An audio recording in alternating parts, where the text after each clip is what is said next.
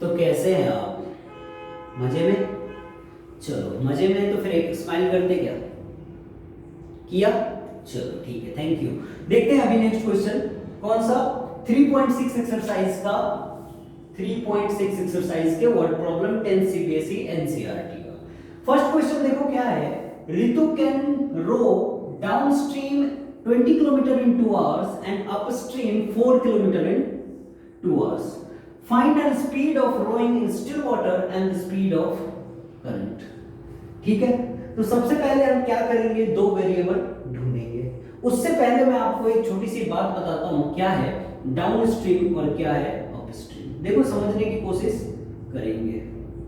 Down stream, down stream का मतलब, basic मतलब ये होता है कि वाटर करंट इस तरफ चल रहा है और आप मूव कर रहे हो, जो बोट लेके आप मूव कर रहे हो, समझो ये बोट है और यहाँ पे आप बैठे हो, आप मूव कर रहे हो, आप भी इसी तरफ। मतलब डाउन स्ट्रीम का ये मतलब होता है कि जो वाटर करंट मूव हो रहा है इस तरफ और ये इस तरफ। आप कभी देखे हो क्या? अच्छी बात बताओ, इसमें स्पीड क्या हो जाएगा, प्लस होगा या माइनस? प्लस होगा। मैं बताता हूं कैसे।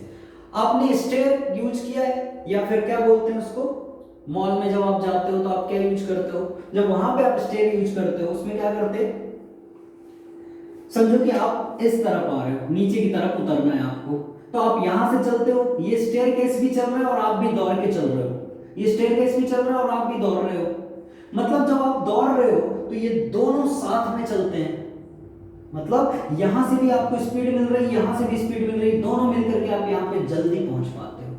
अब एक सिचुएशन जस्ट एज्यूम करो कि स्टेयरकेस नीचे की तरफ चल रहा है और आप उल्टी डायरेक्शन में ऊपर चढ़ के यहां पहुंचना चाह रहे हो। मॉल में अपन देखते हैं या फिर कहीं कॉम्प्लेक्स वगैरह में भी लगा रहता है, बिजनेस कॉम्प्लेक्स है जो भी है जहां भी। तो देखो बेसिकली समझना ये है कि अगर आपको ये नीचे लेके जा रहा है स्टेयर और आप ऊपर की तरफ आ रहे हो, तो एक बात बताओ, यहां पहुंचना कितना मुश्किल होगा। मतलब आपकी स्पीड बिल्कुल रिड्यूस हो जाएगी, मतलब माइनस हो जाएगी आपकी स्पीड। समझने के लिए बेस्ट एग्जांपल है, आप यहां से समझ सकते हो। पानी में क्या होता है कि आप यहां चल रहे हो और यहां चल रहे हो, दोनों सेम डायरेक्शन में चल रहे हैं, तो बिल्कुल यहां पे आप स्टेयरकेस भी चल रहा है, आप भी चल रहे हो, मतलब आप दोनों की स्पीड प्लस हो जाएगी, जब जाके आप यहां पे जल्दी पहुंच पाओगे। तो डाउन स्ट्रीम में वाटर करंट की स्पीड प्लस जो ये बोट की स्पीड है, दोनों प्लस हो जाती है। और अप स्ट्रीम जो ये उल्टा कंडीशन मैंने आपको बताया कि स्टेयरकेस नीचे जा रहा है और आप ऊपर की तरफ आ रहे हो, तो ऐसे सिचुएशन में क्या होता है कि ऐसे सिचुएशन में स्पीड माइनस हो जाता है। बस और कुछ समझने की जरूरत है ही नहीं। डाउन स्ट्रीम ये हो गया और अप स्ट्रीम में यहां लिख देता हूं कि अप स्ट्रीम क्या हो जाएगा, वाटर करंट इधर चल रहा है और आप बोट लेकर के इस तरफ चल रहे हो, ऑपोजिट डायरेक्शन में।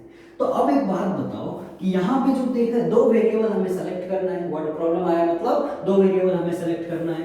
तो फाइंड हर स्पीड, तो अगर मैंने कंसीडर किया let speed of water current, speed of current, speed of current मैंने ले लिया x किलोमीटर पर आवर, और स्पीड ऑफ जो ऋतु है वो ले लिया क्या मैंने, स्पीड ऑफ ऋतु वो ले लिया मैंने y किलोमीटर पर आवर। तो अब बताओ कि इन डाउन स्ट्रीम स्पीड क्या हो जाएगा। तो एक बच्चा बोलता है कि सर डाउन स्ट्रीम वही ना कि स्टेयरकेस भी नीचे जा रहा है और हम भी नीचे जा रहे हैं, मतलब हम दोनों फास्ट नीचे पहुंचेंगे, मतलब स्पीड प्लस हो जाएगा, मतलब x plus y kilometre per hour हो जाएगा। कब? डाउन स्ट्रीम में। मैंने बोला कि बाबू एक बात बताओ मुझे, अप स्ट्रीम में बताओ क्या हो जाएगा स्पीड। बोलता है क्या सर, माइनस करो ना स्पीड, क्योंकि अप स्ट्रीम में आपने बताया ना वो स्टेयरकेस वाला एग्जांपल, स्टेयरकेस नीचे जा रहा है और आप ऊपर आ रहे हो, तो बहुत टाइम लग जाएगा पहुंचने में ऊपर। क्यों? क्योंकि दोनों की स्पीड माइनस हो रही है। तो x minus y kilometre per hour. कब? अप स्ट्रीम में। अब क्वेश्चन पढ़ेंगे और हम बनाएंगे equation. Ritu can row downstream, देखो डाउन स्ट्रीम में वो कितना चल रही है, 20 किलोमीटर 2 आवर्स में। तो ये फॉर्मूला आपको पता है ना, time equal to distance upon speed, distance upon speed. तो टाइम कितना लग रहा है भाई, 2 आवर्स। डिस्टेंस कितना ट्रेवल कर रही है 20 किलोमीटर, और स्पीड क्या है x प्लस वाई। क्यों x प्लस वाई? कि देखो ना बाबू यहाँ पे क्या ले रहे हैं हम, डाउन स्ट्रीम, और डाउन स्ट्रीम में आपने स्पीड क्या निकाला है x plus y kilometre per hour. तो ऋतु 20 किलोमीटर चली तो डिस्टेंस की जगह पे 20, कितना टाइम लगाई 2 आवर्स, तो टाइम की जगह पे 2 आवर्स, और स्पीड डाउन स्ट्रीम का लिखना है इसलिए x plus y. Cross multiply करेंगे तो हो जाएगा 2 into x plus y equal to 20, x plus y equal to हो जाएगा 20/2, 2 से कट करेंगे, x plus y equal to 10, equation number 1। कितना आसान था ना। सेकंड क्वेश्चन देखो, सेम है, आप 2 मिनट में कर लोगे, सेकंड में कुछ है ही नहीं।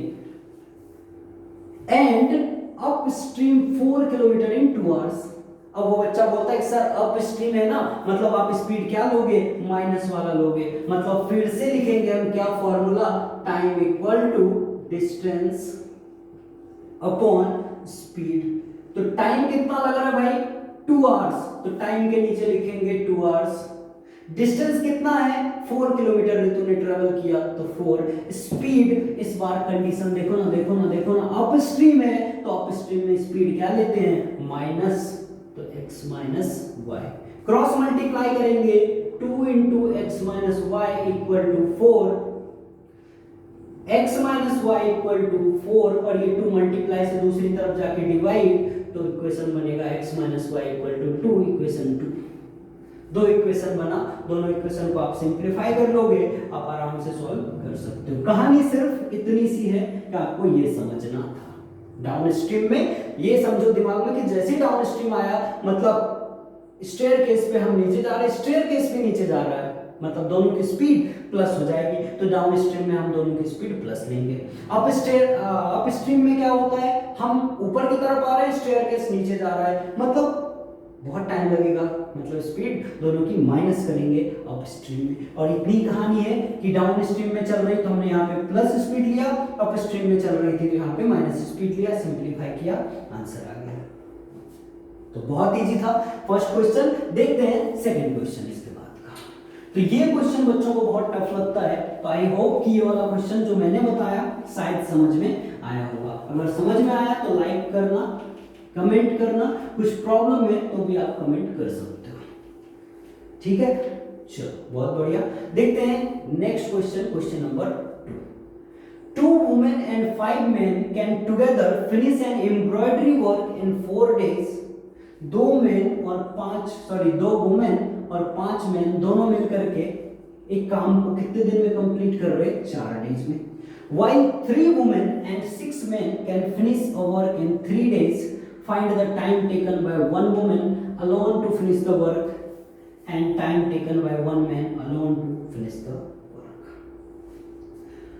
तो अगर मैंने कंसिडर किया let the work done by a woman in x days, 2 variable लेना था ना, तो मैंने बोला कि वुमेन जो है, एक वुमेन काम को x दिन में खत्म कर देती है।